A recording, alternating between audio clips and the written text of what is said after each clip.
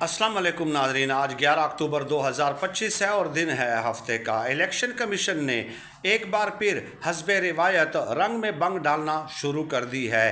रात गए नोटिफिकेशन जारी किया है कि केपी असम्बली में तहरीक इंसाफ के तमाम MPAs आज़ाद तस्वर होंगे।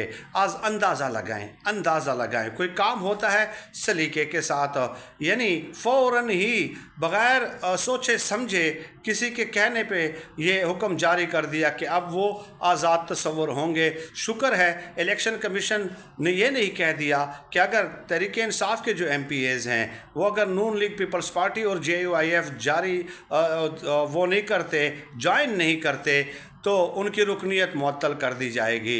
एक तरफ तो ये है, दूसरी तरफ आप देख लें जो जमहूरियत का चैम्पियन बनता है सेनेटर परवेज़ रशीद, जिसने पूरी ज़िंदगी अपने ऊपर ये लेबल लगाया, उनका वीडियो बयान जारी होता है कि इस शख्स का रास्ता रोको, सुहेल अफरीदी का रास्ता रोको, जो चाहे कर लो, कुछ भी कर लो, सर जोड़ लो, पूरी तवानाइयाँ लगा लो, पूरे वसाइल लगा लो, लेकिन इसका रास्ता रोकना ज़रूरी है। अब ये जो दो दलाइल मैंने आपको दिए हैं, इसके अलावा DGI SPR की कल की प्रेस कॉन्फ्रेंस देख लें, वफाकी हुकूमत की आप परेशानी देख लें, आज इजलास भी बुला लिया है।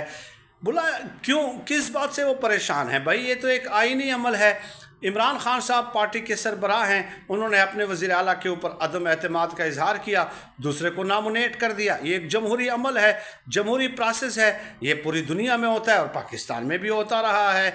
लेकिन हुआ क्या है कि एक सुहेल अफरीदी के नाम से सब सहम गए हैं। सबको समझ नहीं आ रही कि इमरान खान साहब ने जेल में बैठ के ये कितना बड़ा सरप्राइज़ उन सबको दिया है। तो मैं समझता हूँ कि आप देख लें कि वफाकी हुकूमत, इस्टेब्लिशमेंट, इलेक्शन कमीशन और नून लीग के जो सहाफ़ी हैं, सब के सब एक शख्स के ख़िलाफ़ खड़े हो गए हैं, इमरान खान साहब के इंतखाब सुहेल अफरीदी साहब के ख़िलाफ़। तो मेरे ख़्याल में देखिए, सुहेल अफरीदी साहब अभी तक के जो ख़बरें हैं वो वज़ीर आला बनने जा रहे हैं, उनके रास्ते में कोई ऐसी बहुत बड़ी रुकावट अभी मौजूद नहीं है।